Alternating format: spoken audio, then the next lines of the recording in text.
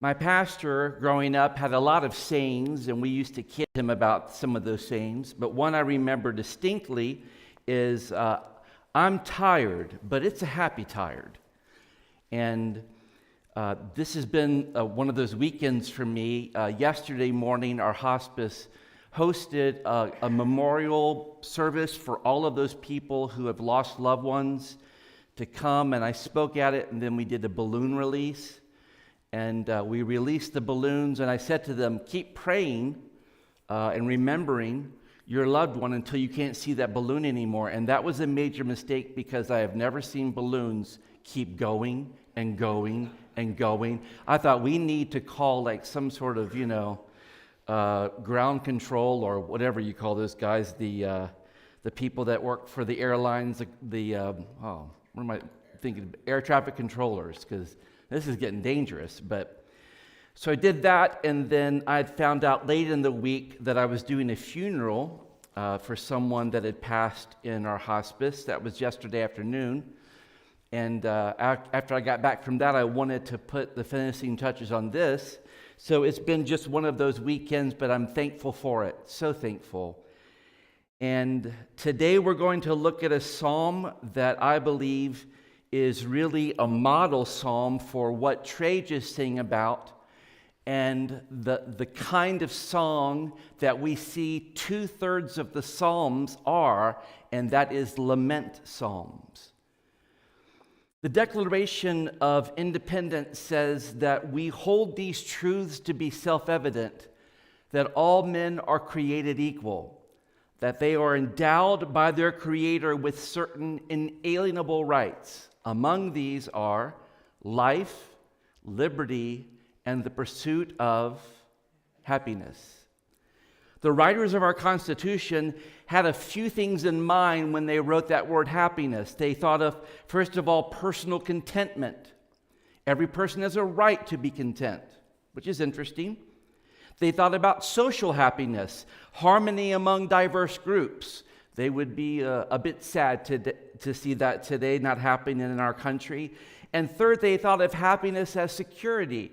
You have the right to be secure on your property. You have a right to safety. So our right to happiness is ingrained into the very fabric of our being as Americans. It's even popular in a lot of the songs that are sung. There was a song a few years ago by a guy named Pharrell, and it just said happy like 70-something times.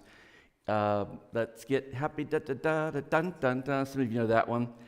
But decades ago, one of the great songs on happiness was written by Bobby McFerrin. I'm going to sing it, and I want you to help me finish it when I point to you. Here's a little song I wrote. You might want to know it note for note. Don't worry, be happy. Don't worry, be happy. It's even in the food we eat. At McDonald's, you don't have a lament meal for your kids. You have a happy meal for your kids. As a child, we are sent messages in so many different ways, and even at church, that we are to be happy. The song I grew up singing is, happiness is to know the Savior. One of the more confusing ones was, I'm in right, outright, upright, downright, happy all the time. And we just kept singing that faster until we fell over ourselves. But do we have a right to happiness? C.S. Lewis responded to that question with the following. A right to happiness sounds to me as odd as a right to good luck. For I believe that we depend for a very great deal of our happiness or misery on circumstances outside our control. A right to happiness doesn't, for me, make much more sense than a right to be 6 feet tall, or to have a millionaire for your father, or to get good weather when you're having a picnic. Lewis went on to say in one of his books called God in the Dock that if you want a religion that gives you the greatest amount of happiness, by all means, he didn't recommend Christianity. He said, before I was a Christian, I would have rather gotten drunk to get happy and turned to Christ. Christians have been guilty, I think, of even coming to church to pursue life and liberty and happiness. And all the while, we're ignoring those people around us, maybe even ourselves, who have been wounded in the battle of life. Emily Dickinson once wrote that pain is missed in praise. Pain is missed and praised. I remember when I was a worship leader for a church and we were sitting around the table as a staff, and one of our pastors was going through a very difficult time, and he said, "Michael, you know what we need? We need more lament songs."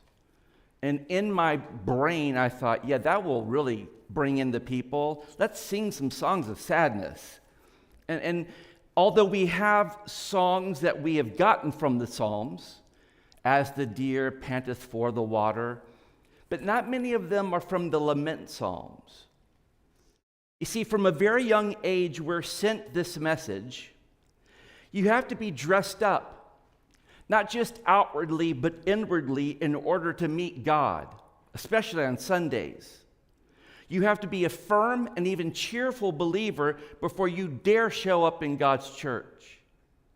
Perhaps that's why the Psalms scare us as they do. For in the Psalms, we find rage and loneliness and fear. And because of that, I want to suggest we so often find ourselves. The Psalms have this disruptive tone to them. If we were putting them to music, they'd be in minor keys, a lot of them, because there is this bold and constant questioning of God. And because of this, the Psalms can be largely excluded from our worship, except for maybe, as I said, a few of the happy ones. You see, the Psalms demand that we recognize that praise does not spring from a delusion that things are better even than they really are. And only when we see that can we understand that lamentation, which isn't just a book in the Bible, lamentation and exaltation both can be forms of praise. The Psalms, the chief praise songs of the people of God in the Old Testament, as I said, make up largely 2/3 of the Psalms that there are. And there are a lot of Psalms. And I believe the Psalms, especially these lament Psalms, like we'll look at today, defeat our tendency to be holy without being human first. I want us to look at this morning at what I believe is the model lament psalm.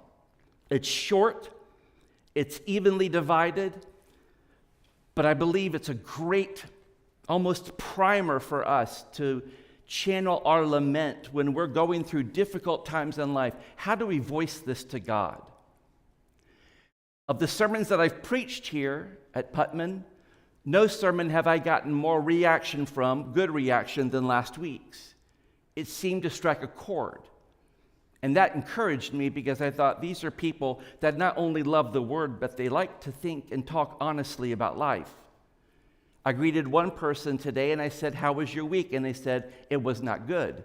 And I said to them, "Thank you for being honest." And they told me why it wasn't, and I understood. Lament, I believe, is a prelude to praise. So, a bit of background on Psalm 13. Psalm 13 comes from the pen, if we can say, of David, and it's an individual lament. In some of the Psalms, there are community laments, saying we, but this one's individual. But it's also communicating the needs of God's people. David feels like he is near death, and he's troubled by his enemies, and there seems to be no end to his suffering.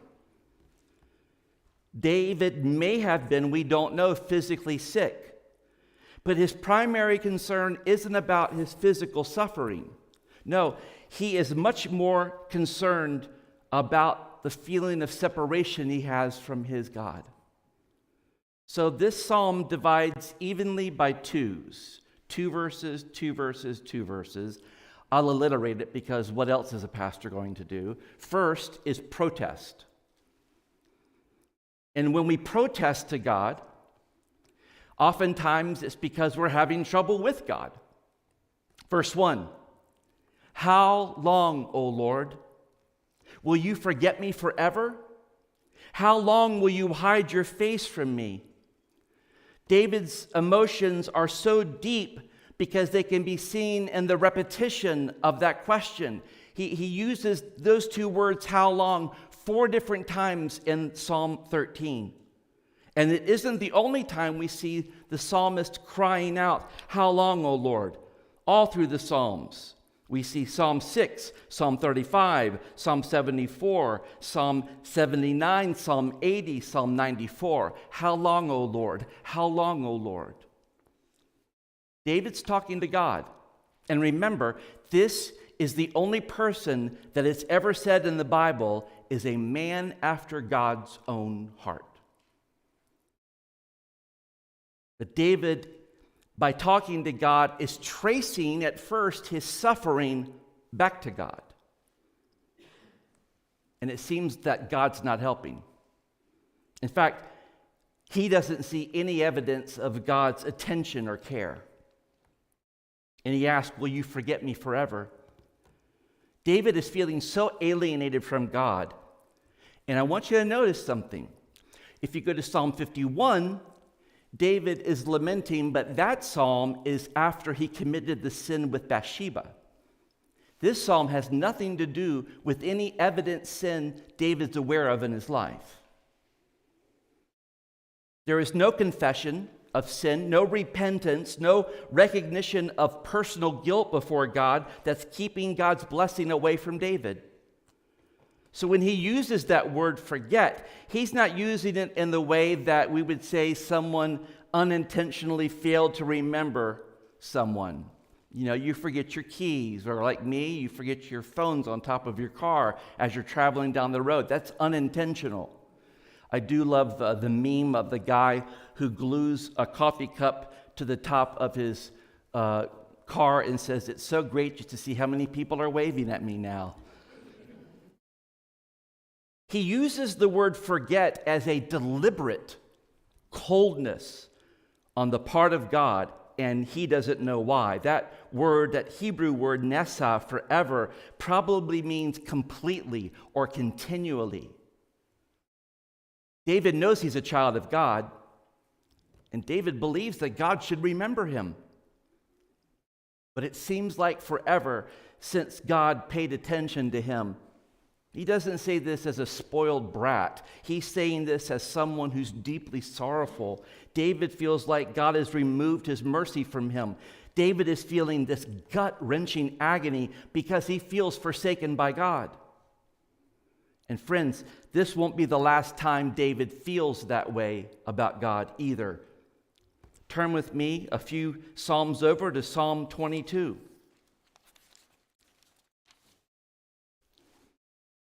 This is, as some of you see at the front, it's to the choir master. So this is a song. According to the doe of the dawn, a psalm of David. Verse 1. My God, why have you forsaken me?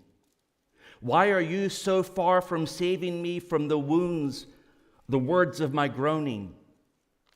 Back to Psalm 13. Friends, there is absolutely no coincidence that Jesus cried those very words when he felt most abandoned by God the Father on the cross. Eli, Eli, lama sabachthani, which is, my God, why have you forsaken me? Jesus directly quotes David in Psalm 22. In the midst of his suffering on the cross, Jesus feels the onslaught of hell primarily due to the separation he's feeling for the very first time ever from God the Father. And then David asks, how long will you hide your face from me? In the Bible, that phrase, the hiding of God's face, is an expression of alienation, even curse. It's a phrase that's used to express God's displeasure, even God's punishment. And David believes if God is now hiding his face, then he is deeply forsaken by God. David feels alone. David's suffering in a loneliness, and that makes the pain even worse. Some of us have suffered with someone we love holding our hand, but when you're suffering alone, there is nothing quite like that. David wonders, where are the blessings that God promised me of protection and grace and peace? So David was having trouble with God. Look at verse 2. David's also having trouble with himself. How long must I take counsel in my soul and have sorrow in my heart all the day? Anxiety is torturing his mind with painful questions. He is disturbed within himself. He searches his thoughts, trying to figure out what is happening. Why am I suffering like this? He's restless. His thoughts are filled with turmoil.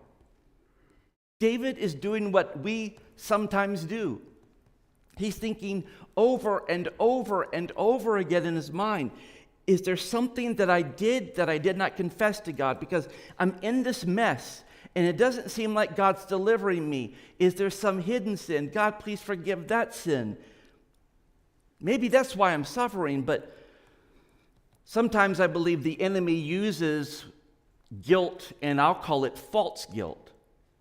The Apostle Paul in the New Testament says godly guilt is a guilt that leads us to repentance. It leads to life. But worldly guilt, to use Paul's phrase, or false guilt, leads us to death because there's nothing to be guilty for. But we sure feel guilty. The enemy loves to make us feel like, hey, that thing you did back then, that was really, really bad. I mean, I know you ask God's forgiveness, but God's really just punishing you a little bit extra to make sure he gets you just right. It's when we believe those kind of lies that we feel worse because we feel abandoned by God. Sadly, when God is there the whole time with us. David says in verse 2, how long shall my enemy be exalted over me? Now David, when he looks at the people around him, all he sees is enemies. Sometimes David's enemies aren't necessarily in the front of his consciousness, but they're in the background. Now, he doesn't explain what the enemy is. The enemy could be death. The enemy could be the presence of evil in this world. It could be literally people after him, like later we'll find his own son Absalom after him to kill him. We don't know what the precise cause of David's suffering is here in Psalm 13, but we do know that he feels as if God has forsaken his child. And because he feels this way, his adversaries are bigger really than they probably are. What would other times seem like a normal, even small problem is now a big deal. You've been there before. Something that you're just so bothered by, and you share it with someone you know or love, and they say, really, I think you're making this, here it is, bigger than what it is. But you'll have none of that because this is huge to you. So when you combine the trouble that David is feeling with God and with himself now, that's enough to rock one's faith. See, in the order of David's experience, his helplessness causes his anxiety, and his anxiety causes him to cry out to God. But when David laments, the first thing he does is talk about the trouble he feels with God, because that's what matters most to a person walking by faith with God, is their walk with God. So now we come to a question that sometimes I get asked, and it's the question, is it ever right to be angry with God? I'll give you the short answer, and then we'll unpack it a bit. The short answer is no. It's not right to be angry with God. But anger is there so many times, and it really ends up setting the stage of what we're going through, and it's how we connect our present pain and suffering with the fact that there is a sovereign, providential God. Those of us who come on Wednesday nights have just finished the book of Ruth this past Wednesday night. And I think about her. The book opens telling us that Naomi, her husband, and her 2 sons live in Bethlehem. Bethlehem in the Hebrew is Bet, which is always Hebrew for house of bread. But there's a famine in the house of bread. So they leave their country in order to get food, and they go to Moab. And while they're in Moab, Naomi gains 2 daughters-in-law, Ruth and Orpah. But she loses a husband in death. She loses both of her sons.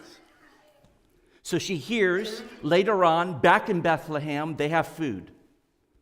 And so she's leaving Moab, and both of her daughters-in-law are Moabites, and she says to them, you don't need to go with me anymore, stay with your family. Hey, maybe you can find husbands. Back then, that was a huge deal, not to be a widow. And Orpah, in tears, does what she's told, but good old Ruth's like, nope. Where you go, I'll go. Where you stay, I'll stay. Your people will be my people. Your God will be my God. So they're coming back to town. And it says that their coming back to town stirred the whole town.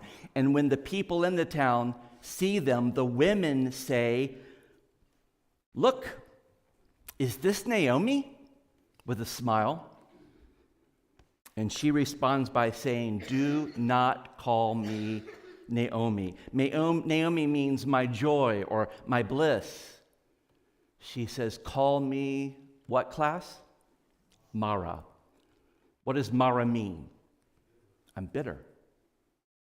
Well, that's a nice greeting. Thanks a lot, Naomi. We were happy to see you coming back.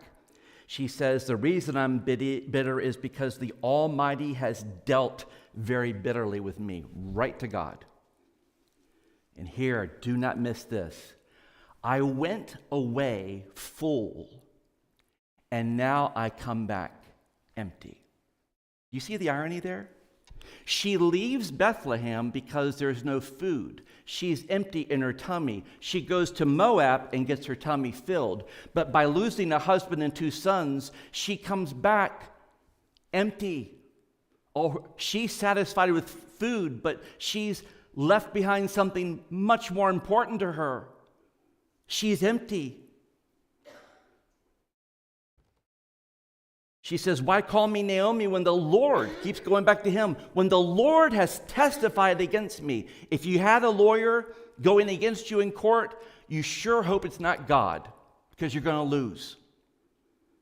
As one writer said, my arms are too short to box with God. And she says, the Almighty has brought calamity upon me. So, when we feel angry with God, what does God want us to do with that? I didn't say if. I said when you feel angry at God. Well, first of all, he wants you to be honest about it. God isn't easy to fake out, is he? Oh, dear Jesus, just thank you for this great day. And the whole time you're churning inside. God knows what you're thinking. Why not just go ahead and say it? But I can tell you what he does not want. God does not want us staying angry with him. Now, I don't mean that like he's this really good friend whose feelings are hurt bad enough that we're angry with him and we kind of turn our back on him. We're angry with him, and he really can't take it when we stay mad at him. I know I'm not the only person who's tried to manipulate God here. I think if I can just be mad at God, and cold toward God, God's going to be like, oh, Mike, man, I miss us. Okay, I'll give you what you want. Please just don't be mad at me. Are you kidding? God needs nothing, and God needs no one. So that attempt to manipulate doesn't work. It only keeps us in our anger. Here's the issue. If it's wrong to be mad at God, it's especially wrong to stay mad at God. To stay mad at the one who is perfect, to stay mad at the one who has never and will never do anything wrong, who has as his ultimate goal good, who has never had as his goal to crush us for the sake of crushing us. No. So if it's a sin to be mad and stay mad at God, where are we supposed to go? Good question. Let's see where David goes. The only man who's called a man after God's own heart. Let's see what he does. We have the protest in verses 1 and 2. Verses 3 and 4, we see the prayer. He says, "Look on me and answer me, O Lord my God. Give light to my eyes, or I will sleep in death." He gives, in essence, 3 prayer requests. Look, answer, and give light. That's the sequence of David's prayer request. And don't miss that these are requests ultimately because they're cries for help. He says in verse 3, "Look at me." David believes that God has hidden his face from him. The look of God is a sign in the Bible of his gracious attitude toward us. And David is feeling abandoned and alienated from God, and he's driven with despair. If he can just have God look on him, to receive God's favor, it would renew his life. Because David feels forgotten by God, he's now asking for God's sympathy and attention. He says, "Lord, please look at me." Second, he says, "Please answer me. I want to receive a positive message of your favor. I want to be freed from all this torment in my soul. Lord, look on me, answer me, and please, Lord, would you give me light?" David believes if he can just receive God's favor, that there will be a renewed light in his eyes. Another way that phrase could be translated in the original language is, "Revive my power to live." See, in the Hebrew language, to enlighten one's eyes was seen as the same thing as being given the breath of life. For the vitality, our life shows up in our eyes. In grief and illness, the glow of life is gone in the eyes, and those eyes become dull and tired. My mom was an amazing mother in so many ways, but one of the things my mom would do is look at me in the eyes and say, "Son, you're sick." And sometimes that surprised me. Other times I said, "Oh, I'm so sick. Let me look at your eyes. You're fine." One time we had a hall heater. That's how our little home was heated by one of those. It was top to bottom with a pilot light. It would come on if you turned the thermostat right. And every morning, my ritual, which I wish I could still have, was to get up, get the all-American breakfast of chocolate milk and Pop-Tarts, sit in front of that heater and just chill. And one time, I really didn't want to go to school, so I had the great idea. Get the thermometer and hold it in front of the heater. I said, "See, Mom, I'm sick." She's like, "No, you're dying. 115 is going to kill you, son." David has lost the light in his eyes. And look at verse 4. "Lest my enemies say, I have prevailed over him. Lest my foes rejoice because I am shaken." David believes that his enemy will love, not just that David is a mess, but more importantly, the enemy will especially love that God has seemingly failed to fulfill his promise that he made to David. David says, "I'm going to sleep in death." He doesn't necessarily mean that he's going to die. It's a way of David saying, "God, if you don't show up in this, it's going to be really, really, really bad." Now, I want you to pay attention to what David is most anxious about. He is terrified mostly because he's afraid he might waver in his faith and lose confidence in God. And if that happens, it would give his enemies an opportunity to easily defeat him. David is ultimately concerned to protect God's honor. Now, this isn't the first time in the Bible we see this. Moses asked something like this and asking God to deal kindly with Israel in Numbers chapter 14, starting in verse 15. He says, this is Moses, and if you're going to talk about, we said this Wednesday night, the Mount Rushmore of faith in the Old Testament, the big ones, the heavy hitters, Moses, David. Sometimes you might want to argue a flip-flop, but that's the top two. Listen to Moses here. Now, if you, talking to God, if you kill your people, then the nations who have heard your fame will say, it is because the Lord was not able to bring this people into the land that he swore to give to them, that he has killed them in the wilderness. What bold speech. It's like a child who wants so badly for their parents' reputation to be spotless, a little boy or girl who wants their daddy to be the strongest man in the world. David here wants the world to know beyond a shadow of a doubt that his heavenly Father has the ultimate power to save. So let's remind ourselves of the flow, okay? Verses 1 and 2, David protests. How long? Verses 3 and 4, David prays. Now look at verses 5 and 6. David engages in praise. Let me sing. This is a massive turning point, not just for David, but for all of us. The next words, verse 5, but I have trusted in your steadfast love. My heart will or shall rejoice in your salvation. Think of what that word but could have been followed by. But you know what? Why am I even doing this? I've asked you for stuff so many times, and you haven't helped me. You've never proven yourself to me. It's like a parent having a teenager that keeps doing the same thing wrong over and over and over again. And you've tried in every creative way to punish them, discipline them, give them some strategies on how not to mess up like this again, give them maybe some possibilities of what's going to happen if they continue doing this, and it doesn't work. So it's like a parent maybe saying, but probably at least thinking, you know what? Based on your history, why am I even talking? My voice is bouncing around this room. You're not listening to me. Those first two words of verse 5, but I, are a surprising response from the heart of a depressed person. But even though life is hard, David's heart of faith keeps beating, and it beats strongly, so that he is probably, even though he's groaning these words, says, but I.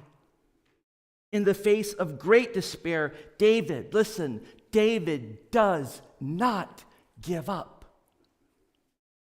His feet do not slip. Why? Because David is holding on to the promise of God's love, God's steadfast love. But I is another way to say, but yet. You want to know the difference between lament, which is suffering well, and complaint? The difference between lament and complaint is that we may sometimes, maybe often, go through times of incredible disappointment, but our heart of faith keeps beating through those difficult times and always ends by us saying, but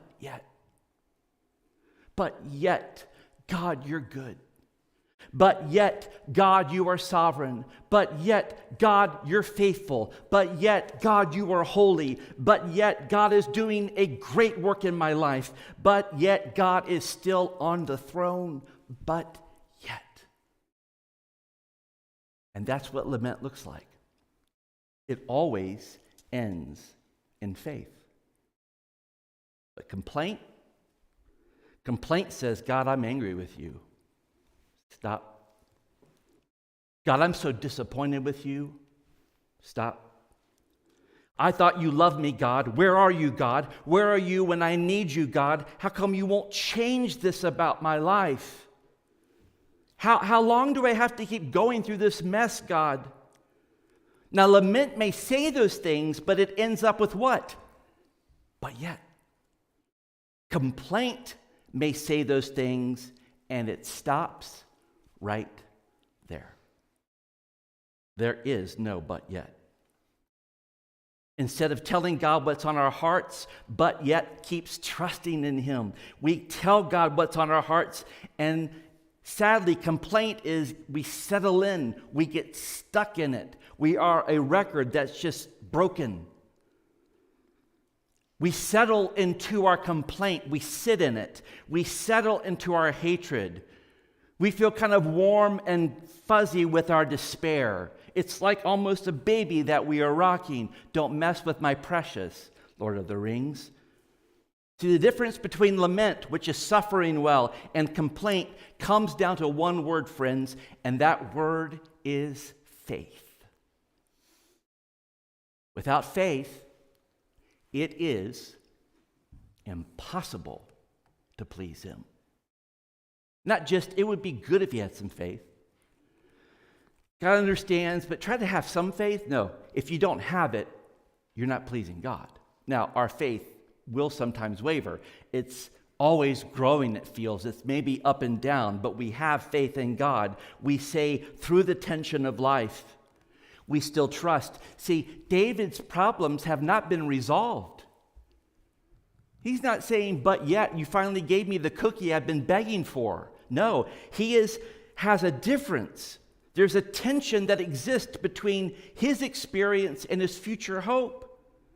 David keeps trusting in God, even though his present circumstances could have undermined his faith. David, because he refuses to stop believing in God, he is rejoicing despite his circumstances.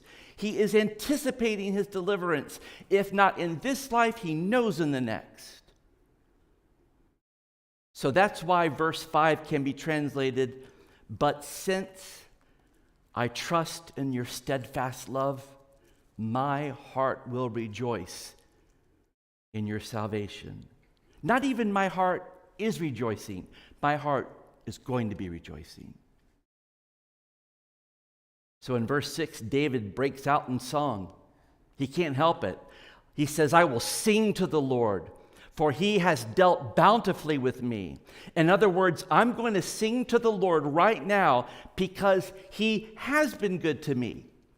Not because he's come through in the clutch in the way I want, but because he has been good to me. And you're like, well, tell me how he's been good to me. If nothing else, God has been good to you if you're a Christian by saving you from hell.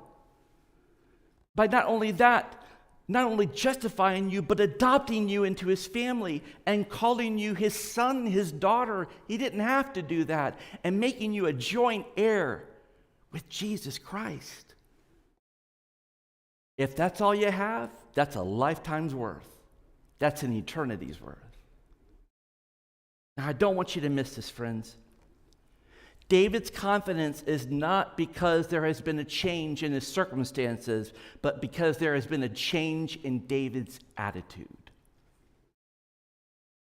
That, my friends, is the essence of our life with God on this earth.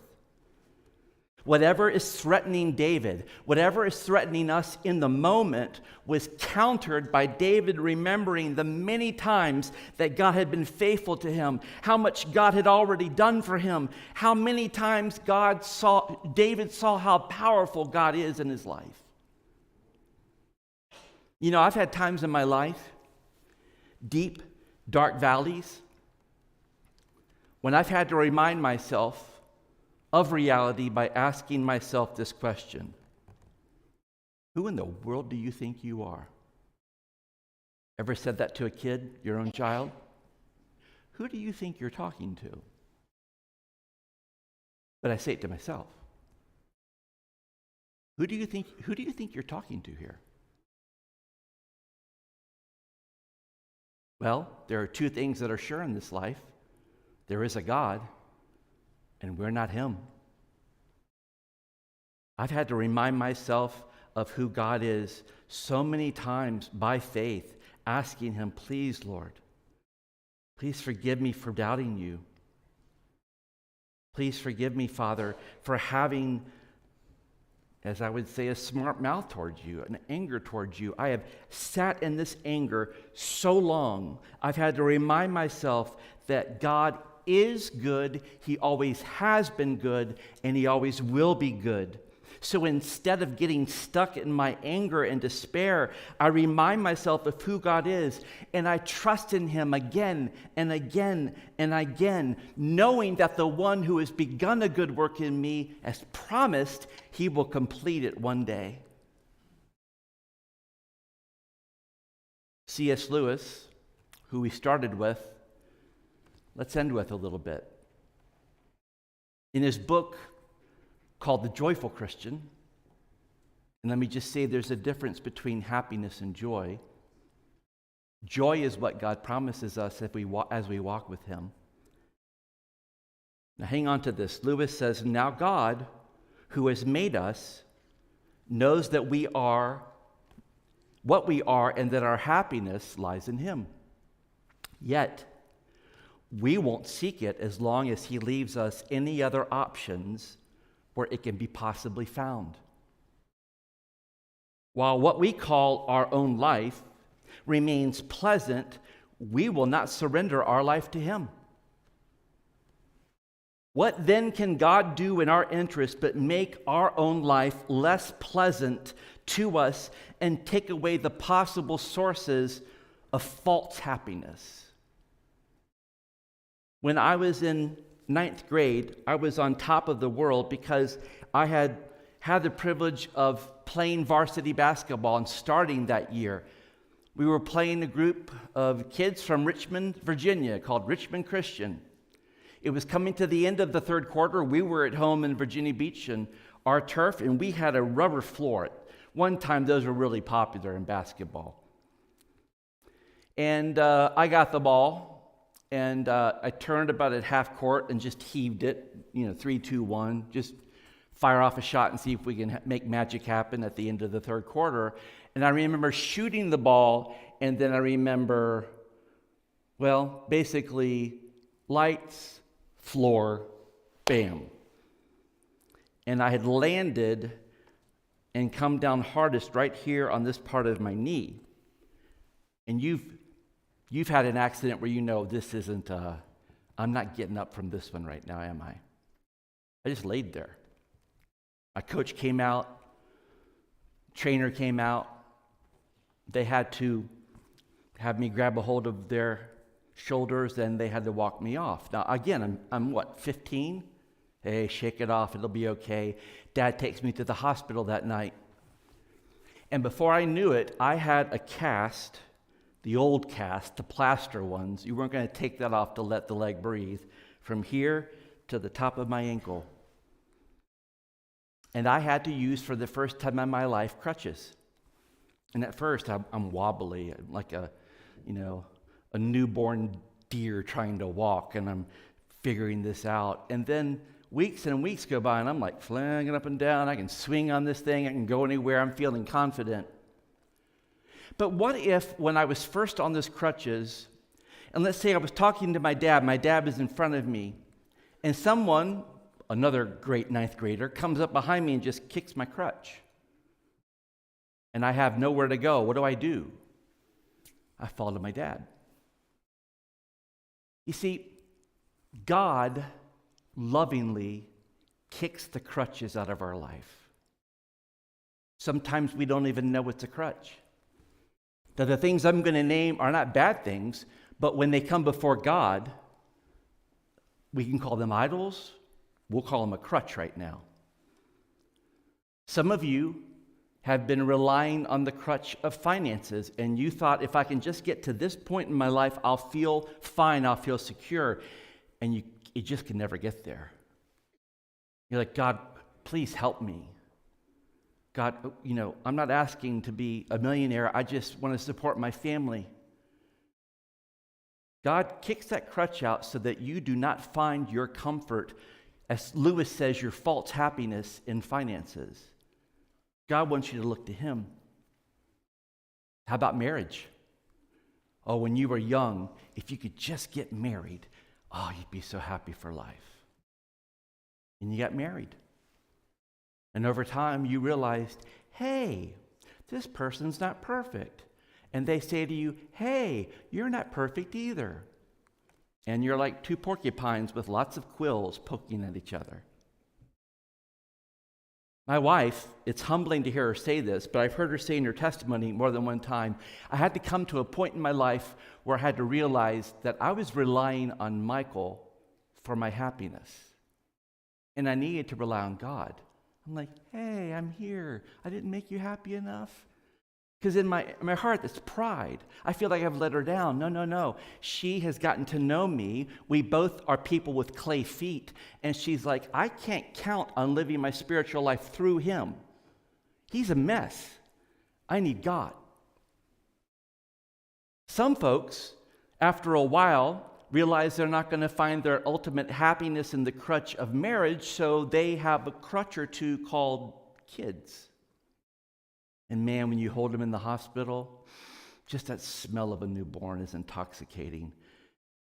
But then that newborn grows up a little bit. Not so cute the first time they say, no. And they shame you in department stores. Like, I'm going to really get you when you get in the car. I wondered when I was early on in ministry, I was baffled by something. I knew families who had been married, couples, for like 20, 25 years who were getting divorces. And at first I did not get it. If you're with someone that long, why would you divorce now? And there was an infidelity.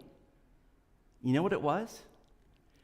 They had been, instead of depending on God, and they had tried depending on each other, they turned and were living their life through their kids.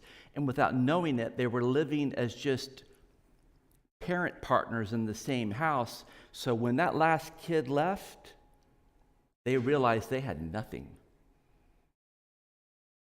God will kick out the crutch of kids and let you know you're going to find the rest of your life you'll always be a parent, but you cannot even begin to control them. You can't even take care of yourself, but you can't control their decisions.